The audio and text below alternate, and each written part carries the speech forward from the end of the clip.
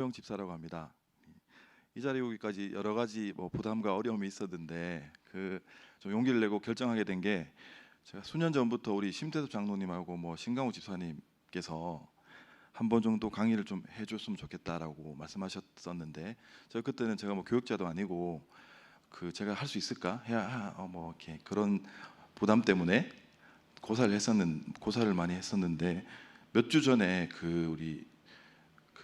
이제 제가 좋아하는 우리 교회에서 홍수 집사님 아버님이시죠. 이제 김인호 장로님과 신동진 장로님과 또 이제 박동기 집사님 그리고 심태수 장로님 네 분한테 거의 이제 같이 우연찮게 대화를 하게 되었었는데 그때 또 막 간곡하게 말씀하시고 그래서 제가 도저히 이거는 거부할 수 없구나, 그분의 뜻이다 이렇게 생각하고 좀 받아들였습니다.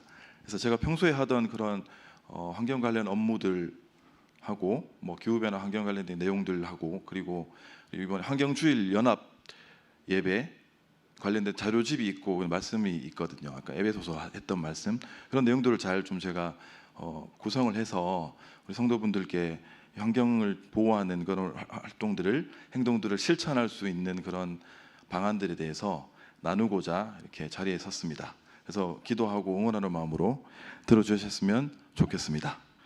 예, 제가 이렇게 오늘 제목을 환경적인 교회가 될 수 있을까라고 정해봤는데 이게 기존 교회 생활하면서는 쉬운 일이 아니기 때문에 이게 앞으로 환경적인 교회가 되어야 한다는 그런 바람을 담아서 해봤습니다. 저는 이제 간단하게 이제 잘 소개해 주셨는데 간단하게 소개를 드리면 제가 대학원 석사 과정을 마치고 한 지금까지 20년 동안 이렇게 환경 분야 관련된 업무를 하고 있습니다. 그래서 처음에 환경부 관련된 곳에서 근무하다가 지금은 이제 법무법인에서 일하고 있고 이제 그리고 대학에서도 강의도 하고 있습니다. 오늘 제가 이제 나누고자 하는 순서는 보시는 바와 같이 이렇게 혹시 세계 환경의 날이라고 있는 걸 아십니까? 아시죠? 예, 매년 6월 5일이 환경의 날이거든요. 그리고 환경의 날을 기념해서 또 우리 교단에서 이제 기독교 연대에서 환경주일이라고 이렇게 지키고 있고 그래서 그 부분에 대해서 좀 이제 한번 말씀을 드리고 그리고 이제 왜 환경적인 교회가 되어야 하는가 문제 제기를 한번 하고 우리가 그것을 위해서 교회와 성도가 무엇을 해야 되는가에 대해서 말씀드리고자 합니다. 네.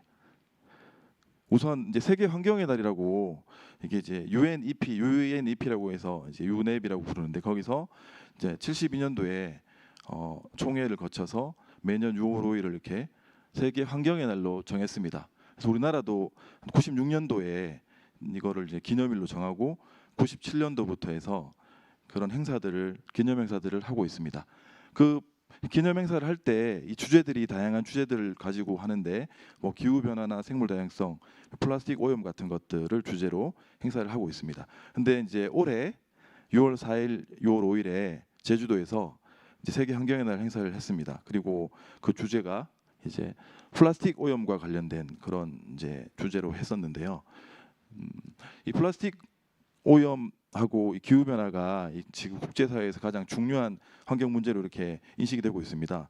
기후 변화는 잘 아시겠지만 지금 어제도 이제 하루 며칠 전에도 부산에서 하루에 120mm 넘게 비가 왔다. 1시간에 60몇 미리가 왔다. 근데 우리나라 1년 강우량이 이제 한 1,300mm, 400mm 정도 되거든요. 근데 하루에 120mm 갔으면 이제 어마어마하게 온 거잖아요. 근데 그런 극한 강우와 같은 기상 이변 이런 것들의 문제가 이제 기후 변화라고 할 수 있는데 그런 기후 변화의 문제 그리고 플라스틱 우리가 이제 생활에서 너무나 많이 일회용품 같은 거 쓰는 그런 이제 용기들이 다 플라스틱인데요. 이 플라스틱이 너무나도 많이 이제 생산이 되고 사용이 되다 보니까 이게 플라스틱 오염으로 이렇게까지 우리가 불릴 정도로 중요한 환경 문제가 되고 있습니다. 그래서 이번 세계 환경의 날 행사의 주제는 플라스틱 오염이었는데요. 예, 그만큼 우리나라 플라스틱 오염이 중요한 국제적인 사회 이슈적인 이슈다라고 말씀드릴 수 있을 것 같습니다. 그래서 이런 것들을 이제 구호로서 우리가 환경이 중요하다, 플라스틱 오염을 종식해야 된다라고 외치는 것도 필요하지만 보시는 바와 같이 그것들을 달성하기 하고 실현하기 위해서 실천하는 캠페인이 너무나 중요하다. 그래서 이 세계 환경의 날 행사 때도 실제로 그 실천 캠페인을 했습니다. 그 참가자 분들이 이 플로깅을 통해서 이제 실제 버려진 플라스틱 같은 것들을 수집하기도 하고, 그리고 바다 속에 있는 그 수중에 들어가서 이제 뭐 수중에 있는 그 폐기물, 뭐 플라스틱 같은 것들을 또 끄집어내고 그런 정화 활동들을 했습니다. 그래서 제가 오늘 뭐 결론적으로 먼저 말씀드리면, 우리가 이 창조 세계, 이 자연과 환경 있지 않습니까? 우리가 뭐 노력한 거 없이 사실은 거저받은 거거든요. 이 거저받은 거 미래 세대와 다음 세대를 위해서 우리가 잘 지켜야 된다. 돌봄의 책임이 있고 성경적으로는. 그래서 그런 거를 이루기 위해서 우리가 무엇을 해야 되는가? 녹색 그리스도인으로서 이 환경을 보호하기 위해서 이제부터 행동해야 된다, 실천해야 된다, 이런 말씀을, 이게 이제 결론을 내서 드리고 싶은 메시지입니다. 그래서 이제 그런데 세계 환경의 날을 기념해서 이 교회에서는 이제 환경 주일이라고 해서 이렇게 지키고 있습니다. 예, 환경 주일이 제가 뭐 자료를 찾아보니까 1984년도 정도에 제정이 돼가지고, 이거 이제 6월 5일이 세계 환경의 날인데 뭐 6월 그래서 첫째 주 나 뭐 그 전후로 해가지고 이렇게 지켜지는데요. 물론 모든 교단이 참여하는 것은 아니지만 많은 이제 그런 기독교 교회들이 참여를 하고 있습니다. 그래서 이제 올해 주제가 앞서 그 성경 말씀, 이제 에베소서 말씀의 그 주제인데요. 창조 세계를 활용하는 그리스도인. 그래서 네, 이 창조 세계, 자연과 환경, 우리가 거저받은 그 세계를 회복하는 그리스도인이 되자라는 주제로 이렇게 연합 예배도 드리고 환경주의를 잘 지킨 것 같습니다. 그래서 그 연합 예배 내용 중에서 제가 좀 이제 마음에 와닿는 내용이 있어가지고 한번 좀 발췌를 해봤는데요. 우리가 읽은 그 성경 말씀에 따라서 이제 목사님께서 그 말씀을 전하시면서 했던 말씀이, 제가 앞서도 말씀드렸지만 이 창조 세계에 우리가 거저받은 자연과 환경, 이제 이걸 돌보고 지키는 게 우리의 책임이다, 명심해야 된다. 그래서 앞으로 우리는 빛의 자녀들로서 환경보호 운동을 실천하고 행동해야 된다라는 취지로 말씀을 주셨습니다.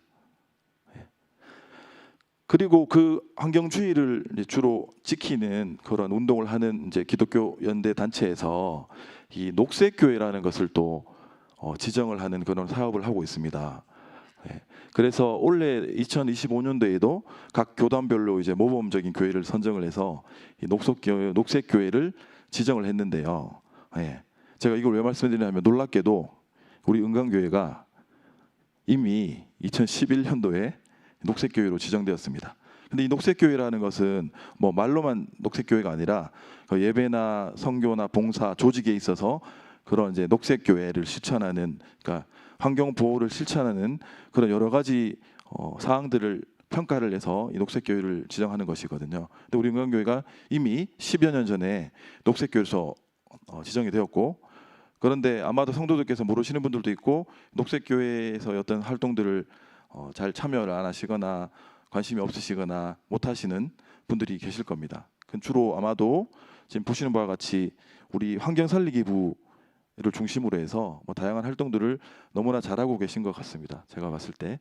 그래서 이 오른쪽 보시면 녹색교회 관련해서 뭐 우리가 다양한 활동들을 잘 하고 있다는 그런 내용들이 뭐 언론 기사에도 나고 그랬던 적이 있는 것 같습니다. 그래서 앞으로도 이 녹색교회를 사명을 잘 감당할 수 있도록 성도들께서 잘 해주셨으면 좋겠습니다. 네. 그러면 이제 왜 환경적인 교회가 되어야 하는가에 대해서 제가 문제 제기를 좀 하고 싶은데, 혹시 우리 성도들께서 미래에 가장 중요한 그런 내용, 그런 어떤 이제 어떤 그 주제, 아젠다가 있다면 어떤 거라고 생각하실까요? 혹시 생각해 보신 적 있을까요? 미래나 우리 다음 세대에 있어서 가장 중요한 사회적인 문제 뭐가 뭘까요? 네, 네. 그래서 뭐 여러 가지가 생각나실 텐데, 보통 전문가들이나 뭐 저 같은 사람들이 이렇게 세 가지 정도 얘기합니다. 뭐냐면 첫 번째, 인구 문제 있습니다. 뭐냐면 이 우리가 지금 저출산 또는 저출생이라고 하는데 지금 이제 0.7 몇 정도 수준이에요. 이 얘기가 뭐냐 하면 우리가 두 명이 결혼해서 한 명이 안 태어난다는 거죠. 0.7명이 태어나니까 인구 문제 아주 심각하다. 그리고 우리 지금 이제 2024년 기준으로 대한민국이 이제 초고령화 사회에 들어갔거든요. 초고령화 사회는 뭐냐 하면 이제 65세 이상 인구, 우리 어르신들의 인구가 20%를 넘으면 이제 초고령화 사회라고 하거든요. 그래서 그런 인구 문제가 있다. 두 번째로는 뭐 아주 중요한 우리 생활하고 지금 밀접한 경제 문제가 있는데, 지금 최근에 뭐 미국에서 뭐 관세를 25% 부과한다 이런 얘기 많이 들어보셨죠. 그 관세를 부과하면 어떻게 되냐면 우리나라 제품들이 이제 비용이 올라가는 거죠. 100원에 만든 거를 이제 외국에 수출하면 125원에 팔아야 되니까 그러면 이제 가격 경쟁력이 떨어지는 거죠. 그럼 어떻게 되냐면 이 우리나라에 있는 공장들이 이제 미국으로 가는 거죠. 거기서 이제 생산하고 그럼 우리나라에 있는 기업들 뭐 이런 일자리가 줄어들고 그런 문제가 있습니다. 그리고 고금리, 뭐 고물가, 고환율 이런 문제가 있는데 어쨌든 인구와 경제 문제가 가장 중요한 문제인데 그런데 오늘 우리 주제와 연결돼 있는 이제 환경과 기후 변화 이런 것들이 그거에 비견될 만큼 아주 중요한 문제입니다. 그것은 저가 뭐 혼자 말하는 것이 아니라 이 세계에서 아주 뭐 유명한 기업인들과 뭐 정부 관계자들이 참여하는 그 세계 경제 포럼이라는 회의가 있습니다. 거기서 이제 발표한 내용인데요. 보시면 향후 뭐 10년 내에 가장 우리에게 위협이 되는 리스크가 되는 그 주요한 내용들이 뭐냐? 이렇게 보면 초록색으로 되어 있는 게 이제 녹색 뭐 우리 그 기후 변화 환경과 관련된 얘기인데 오른쪽 제일 보시면 한 10개 중에 5개가 예를 들면 뭐 오염, 그다음에 뭐 기후 변화, 환경적인 문제가 향후 미래에 우리에게 가장 위협을 주는 그런 아젠다다라고 이 전문가들도 그렇게 얘기하고 있고요. 그리고 우리나라 국민들도 이 기후 변화나 환경에 대해서 아주 중요하게 인식하고 있습니다. 그래서 우리 성도분들께서도 이런 부분에 대해서 아주 앞으로 중요하게 인식하고 그런 실천을 해나가면 좋을 것 같다는 말씀드립니다. 이게 24년도에 이제 환경부에서 일반 국민들하고 전문가들 대상으로 이렇게 그 설문조사를 해봤는데요.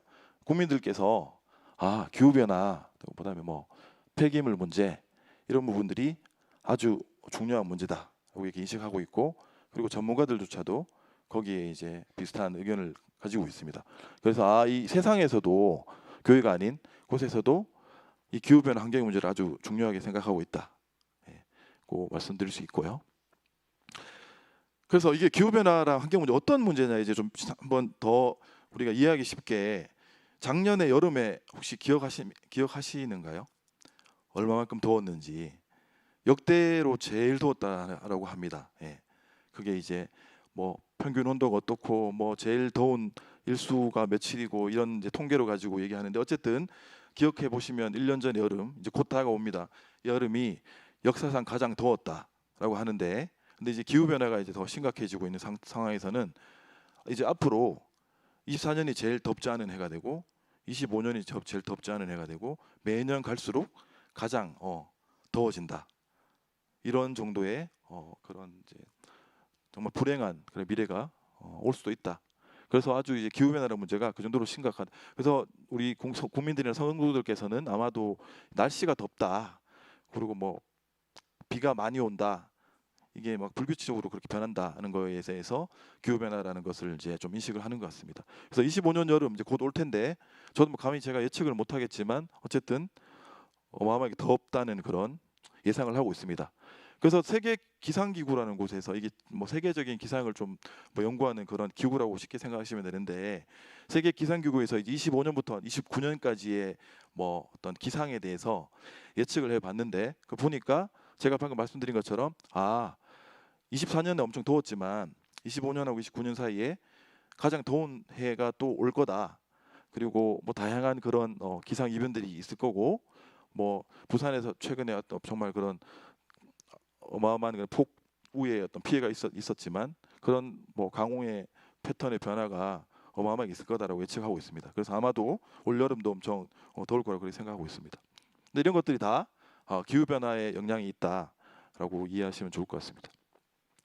그래서 이게 조금 뭐 그림으로 보면 쉽진 않은 건데 좀 쉽게 한번 설명을 드려보면 그래서 기후 변화라는 것이 어떻게 오냐 이게 제가 아까 말씀드린 원래 처음에 창조됐을 때 그 세계 지구 시스템이 이렇게 정상적으로 작동한다고 하면 이게 지금 이 기후 같은 기후 변화는 없을 텐데 그런데 이 지구의 그 시스템을 5개 정도로 이렇게 구분을 해보면 대기권, 수권 이래가지고 5개 권역으로 구분할 수 있거든요. 그런데 원래 이 대기권에는 이산화탄소라는 그런 온실가스가 이제 있어요. 한 400 ppm 정도 수준의 그런 농도가 있는데, 근데 인간의 활동, 여러 가지 산업 활동 때문에 이 온실가스가 계속 이제 배출이 늘어나는 거죠. 그래서 대기권 중에 있는 그 온실가스의 농도가 계속적으로 증가하는 거예요. 증가하면 이것 때문에 태양열을 더 많이 흡수하고 배출을 못 시키고 하기 때문에 이 온도가 이제 점차적으로 올라가는 거거든요. 그러면 이제 지구의 온도가 올라가니까 그걸로 인해서 기후 변화가 일어나는 거고, 지구 온도가 올라가면 어떻게 돼요? 온도가 올라가면 이게 지구에 있는 수권에 있는 물들이 원래 이게 기본적으로 증발도 하고 뭐 이렇게 하는데 이 증발되는 양이 많아지는 거죠. 그럼 수증기가 많이 올라가서 구름이 생성되고 구름에서 이제 비가 많이 내리는 거죠. 그래서 지난 며칠 전에 뭐 부산의 그런 폭우처럼 갑작스럽게 폭우가 많이 오는, 이게 지구가 온난화되고 지구 온도가 올라가고 그럼으로써 이제 어떤 수권에 있는 그런 영향들이 이제 뭐 물들이 좀 영향을 많이 받아서 이렇게 그렇게 과학적으로 기후 변화가 일어나는구나, 이렇게 설명드리기 위해서 말씀을 드렸고요. 근데 이 기후 변화의 원인은 뭐냐 하면 우리가 지금 온실가스라고 하는 그 가스들인데요. 이산화탄소하고 메탄과 같은 6개 물질이 있거든요. 그걸 이제 기후 변화의 원인, 온실가스라고 하는데, 이 온실가스 배출량이 전 세계적으로 상당히 많은 수준으로 배출되고 있습니다. 그래서 뭐 저는 이제 세계 주요한 강대국들이 많이 배출하고 있고 우리나라도 많이 배출하고 있습니다. 그래서 국내적으로 보면 다양한 인간의 활동, 산업 활동에 의해서 이 온실가스가 많이 배출되고 있고요. 그것도 1인당 온실가스도 얼마나 배출되는지 이런 것들이 다 통계로 나와 있는데, 그래서 중요한 것은 이런 기후 변화를 완화시키고 예방을 하려면 결국 이 온실가스라는 그 온실가스의 배출을 줄여야 된다.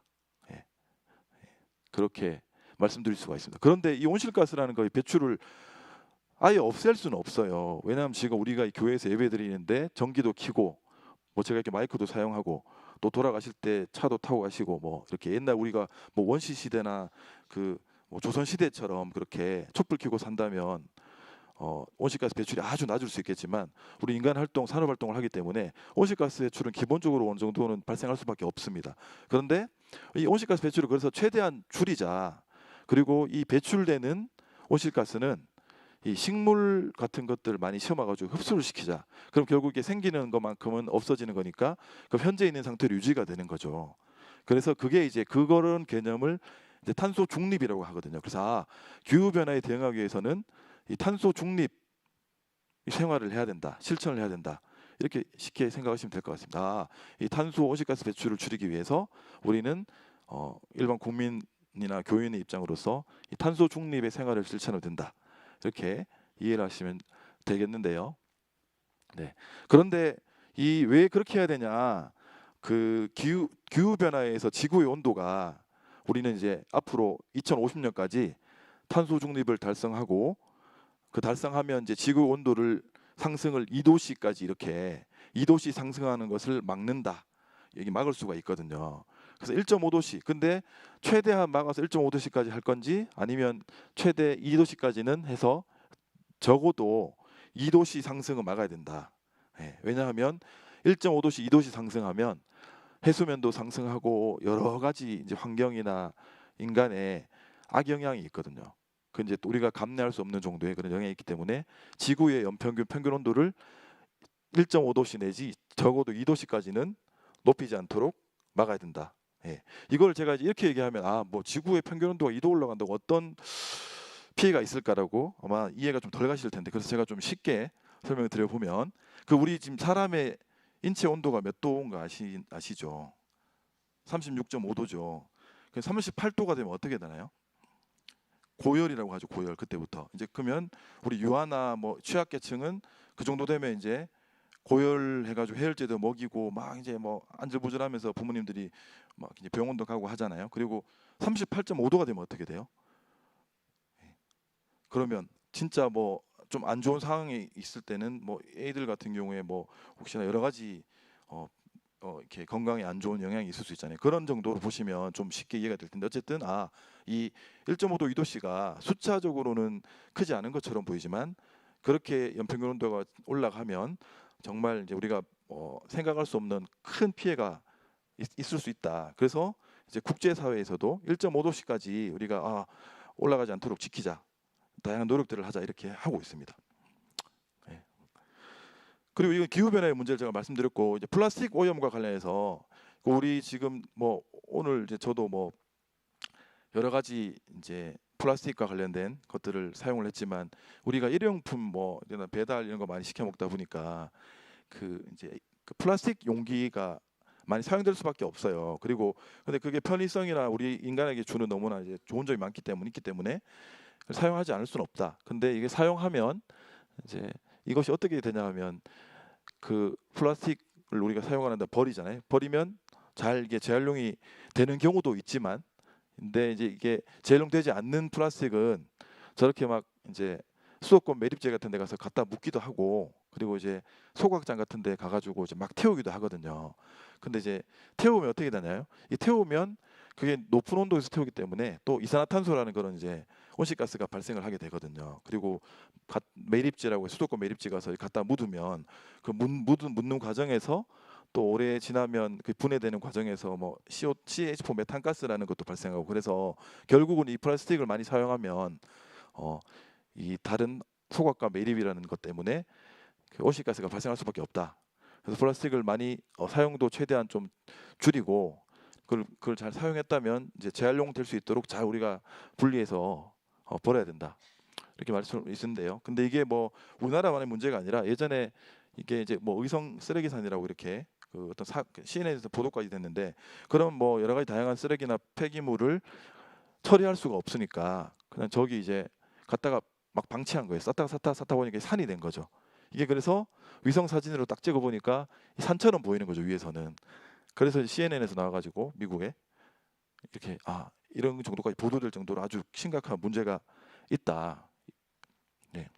근데 우리 가정에서 생각해 보면 이제 아마도 이건 다 이제 어렴풋이 알거나 아시는 내용들인데 가정에서 나오는 쓰레기가 크게 세 종류라고 보시면 될 것 같아요. 뭐냐면 우리 그냥 이제 일반 쓰레기 이제 종량제 봉투에 버리는 일반 쓰레기가 있고 그다음에 이제 재활용품이 있고 음식물 쓰레기가 있습니다.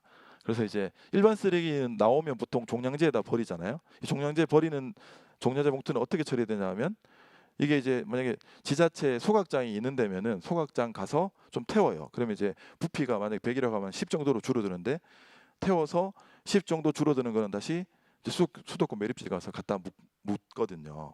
그리고 만약에 지금은 또 어떤 지자체는 이 종량제 봉투 자체를 수도권 차로 실어가지고 수도권 매립지 갖다 묻어야 돼요. 어떻게 된다고요? 아까 앞서 말씀드린 대로 이걸 소각하고 매립하면 온실가스가 발생한다 그랬잖아요. 그래서 이 일반 쓰레기도 종량제부터 그냥 버리는 것이 아니라 이 최소화해야 된다. 그래서 일반 쓰레기 중에서 뭐 그래도 재활용할 수 있거나 또 버리지 말아야 될 것들은 종량제 봉투에 버리면 안 된다. 예. 그리고 두 번째 재활용품은 이제 지금 아마도 그 아파트 같은 경우에 뭐 이제 요일을 지정해 가지고 재활용품 갖다가 이제 분리 배출하는 경우가 있고 또는 아파트 어떤 특정 공간에 분리 배출하는 경우가 있을 텐데 어쨌든 그것을 이제 재활용품을 잘 갖다 버린다 하더라도 그것이 그대로 다 100% 재활용되는 것이 아니라 또 재활용되지 않는 것들이 있을 수 있거든요. 그래서 그런 부분들이 이렇게 처리되기 때문에 우리가 적어도 이런 뭐 쓰레기나 폐기물에 대해서 좀 이제 최대한 줄일 수 있도록 그런 실천을 해야 되겠다. 예. 근데 이 플라스틱이라는 것은 또 문제가 이 그냥 우리 쓰는 페트병 이런 것들은 그냥 보이는 그 자체로는 뭐 잘 재활용하면 특별한 문제는 없는데 이게 이제 미세 플라스틱이라는 거로 이렇게 변화되거든요. 미세 플라스틱이란 뭐냐 하면 이게 아주 미세한 뭐 5mm 정도 사이즈의 그런 플라스틱을 미세 플라스틱이라고 하는데 근데 이게 큰 페트병이 어떻게 미세 플라스틱이 되지? 근데 어떻게 되냐면 이 플라스틱이 아무데나 버려지면 막 이렇게 옆에 뭐 토지에 갔다가 강으로 흘러가서 결국 이제 바다로 흘러가거든요. 그런 과정에서 이게 뭐 여러 가지 뭐 침식도 일어나고 분해도 일어나요. 그러면 이게 미세 플라스틱이 되거든요. 그럼 이게 미세 플라스틱이 되면 뭐 그냥 수집해서 버리면 되지 이렇게 생각할 수 있지만 그게 아주 미세하기 때문에 그렇게 우리 지금 재활용품처럼 그렇게 쉽게 분리되거나 수집될 수가 없거든요. 아주 어려워요. 그래서 근데 미세 플라스틱이 있으면 어떤 문제가 있냐? 뭐 이건 아마 우리 중고등학교 과학 시간에 다 배웠을 텐데 그런 미세 플라스틱들이 이제 뭐 강이나 바다로 흘러가면 거기 살고 있는 아주 뭐 미생물 플랑크톤 같은 애들이 이제 그걸 먹겠죠. 그 먹으면 또 그거를 먹는 작은 물고기가 있잖아요. 그걸 작은 물고기가 그걸 먹으면 그 미세 플라스틱 그대로 이 물고기 내에 있겠죠. 그럼 작은 물고기는 또 큰 물고기가 먹고 그거는 지금 우리가 음식물로 먹는 식탁에 올라오는 거죠. 그래서 결국에 이제 우리 사람한테까지 이 먹이 사슬에 의해서 피해가 올 수 있고 그런 사례가 너무나도 많아요. 그러니까 수돗물에서도 뭐 미스플라스틱이 나온다는 연구도 있고 모든 우리 뭐 실생활에 음식물에 그런 미스플라스틱이 있을 수가 있다는 거고요. 이런 문제가 있습니다. 그래서 크게는 기후 변화에 문제가 있구나. 두 번째는 이 뭐 쓰레기를 포함한 플라스틱을 포함한 쓰레기에 문제가 있을 수 있구나. 그렇게. 그럼 우리가 앞으로 이 환경적인 교회가 되기 위해서는 우리 성도분들께서 어떤 거를 할 수 있을까요? 그거에 대해서 제가 좀 정리를 해볼 봤는데, 근데 우리 교회만의 문제가 아니고 이것은 이제 뭐 국민들 그다음에 기업들 다양한 이해관계자들의 문제이기 때문에 제가 그러면 다른 곳에서는 어떻게 실천하고 있는지를 좀 이제 예시를 들어서 이렇게 좀 설명을 드리면 아마도 이해하기 쉬울 것 같아서 한번 해봤습니다. 그래서 이 그러니까 탄소 중립 생활을 실천하기 위해서 이 5개 정도 분야로 나누어서 이렇게 실천을 하고 있었습니다. 근데 그 중에서 이제 그러면 개인 이제 가정에서 어떤 것들을 하는가? 뭐 지금 다 여러분들이 아시는 건데 이제 앞으로 이런 것들을 잘 이해하고 실천을 해야 된다. 중요한 것이 실천이기 때문에 그 보면 에너지를 절약하기 위해서 어떤 걸 할 수 있죠? 뭐 절전, 뭐 플러그 코드 뽑기, 등 하나 끄기, 그리고 뭐 절전형의 어떤 등 LED 등으로 교체한다든지 뭐 절수기 쓴다든지 이런 것들을 할 수 있고요. 그리고 이제 자동차 이제 그 아마 연비 쪽 그 내용 보시면 1리터당 연비 몇 킬로 이런 것도 있지만 CO2가 얼마나 배출되는지도 있거든요. 그래서 자동차를 타면 이제 그 연료를 소비하는 만큼 CO2가 배출되거든요. 그래서 뭐 대중교통을 이용한다든지 뭐 이런 활동들이 이제 가정에서 우리 국민 시민으로서 할 수 있는 그런 활동들이었고요. 그다음에 기업 뭐 같은 곳에서도 다양한 노력들을 하고 있습니다. 학교도 마찬가지고요. 그래서 보면 뭐 이게 기업 학교나 그 대상은 다르지만 그래도 보시면 활동들은 거의 뭐 비슷하다고 할 수 있는데 제가 말씀드린 그런 여러 가지 활동들을 하면 이게 자연스럽게 실천이 된다. 그래서 이 가정과 학교와 기업에서 우리 교회랑은 좀 차이가 있으니까 왜냐하면 우리 교회는 이제 일주일에 한 번 와서 예배드리고 그다음에 이제 주중에는 또 뭐 각 가정으로 돌아가시니까요. 그래서 그런 여건을 고려해서 제가 이제 이따가 실천 수칙을 말씀드릴 테고요. 그리고 기업들이 또 이렇게 노력하는 것 중에 아마 이거는 그냥 제가 그래도 한번 정보를 드리려고 하는 건데 기업들도 이제 탄소 배출을 줄이겠다 해서 탄소 중립이라는 것을 선언하기도 하고 그리고 혹시 RE100이라고 들어보셨나요? RE100. 네, 이게 뭐냐 하면 지금 우리나라 이제 전기를 만들 때 주로 이제 원자력 발전하고 화력 발전이 많거든요. 그게 한 뭐 80% 정도 되고 한 10% 정도가 이제 신재생 에너지. 그러니까 태양광, 풍력 뭐 이런 걸 이제 해서 발전을 하는데 이제 그거를 이제 재생 에너지를 100%로 활용해서 이제 전원으로 쓰겠다는 거거든요. 그래서 예를 들면 전기 우리 키는데 태양광, 풍력 같은 것 재생 에너지를 100%로 해서 전력을 사용하겠다는 건데 이게 뭐 현실적으로 쉽진 않지만 어쨌든 기업들도 그런 방향으로 이제 노력해 나가고 있다라는 겁니다. 네. 그리고 이제 정부에서 환경부에서 하는 것 중에 일반 시민들이 탄소 중립 생활을 실천할 수 있도록 이 탄소 중립 포인트 제도를 이제 시행을 하고 있습니다. 그래서 혹시나 관심 있으신 우리 교인분들은 여기 이제 들어가 보시면 이제 회원 가입해서 하시면 탄소 중립 포인트에서 우리가 탄소 중립 생활 이런 것들을 실천을 하면 실제 포인트로 줘서 그걸 이제 현금처럼 쓸 수 있거든요. 그런 활동들이 있습니다. 그래서 제가 이런 것들 여러 가지 다 종합해서 우리 교회에서 이제 어떤 이제 그 행동 실천을 할 수 있을지에 대해서 이제 좀 정리를 해 보고 있습니다.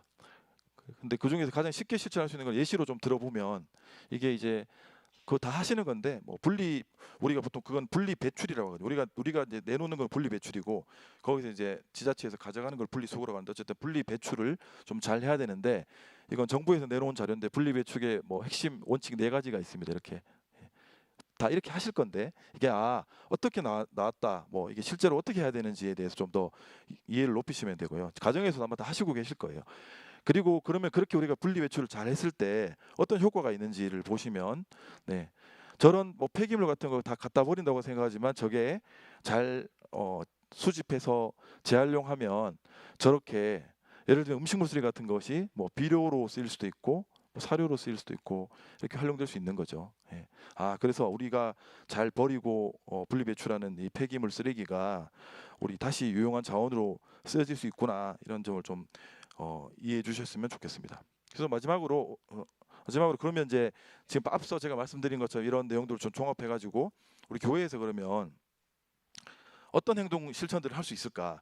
지금 우리 환경살리기부에서 뭐 다 열심히 하셔가지고 하시는 그런 내용들일 수는 있는데 이제 우리 교인들께서도 이 살리기부만의 문제가 아니라 우리 교회 성도들이 모두 이제 참여해야 되겠구나 실천해야 되겠구나라고 한번 다짐하시는 그런 기회가 됐으면 좋겠는데요. 그래서 제가 이렇게 녹색생활 실천을 위한 뭐 10가지 다짐이라고 이렇게 한번 생각해봤는데 그래서 뭐 앞서 그 여러 가지 본 것처럼 이제 절전 절수 뭐 에너지 전략을 당연히 해야 되겠고요. 그리고 이 아마도 여름철 되면 이게 뭐 덥다고 이렇게 뭐 에어컨 계속 온도 내리는데도 더 내려달라고 하시고 그러실 수밖에 없지만 어쨌든 냉난방 온도를 좀 적정하게 유지를 해야지 그게 탄소 중립 우리가 생활을 실천하는 거다.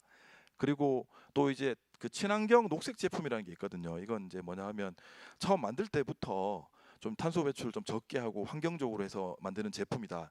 뭐 이런데 좀 가격이 비용이 좀 비쌀 수는 있는데 이제 그런 사무용품 같은 걸 또 쓰면 이제 그런 생활을 실천하는 거다라는 거고 그리고 이제 또 폐기물을 줄이기 위해서 이제 플라스틱 오염이 심각하니까요. 그래서 당연히 이건 뭐 저도 쉽진 않은데 뭐 텀블러가 몇 개씩 보통 있잖아요. 이제 그런데 텀블러도 사용하고 뭐 다용기도 사용하고 이렇게 해야 될 것 같고 그리고 뭐 지금 우리 교회에서 잘하고 있지만 비누 세제 같은 거 다 리필용기 사용하고 있는 것 같습니다.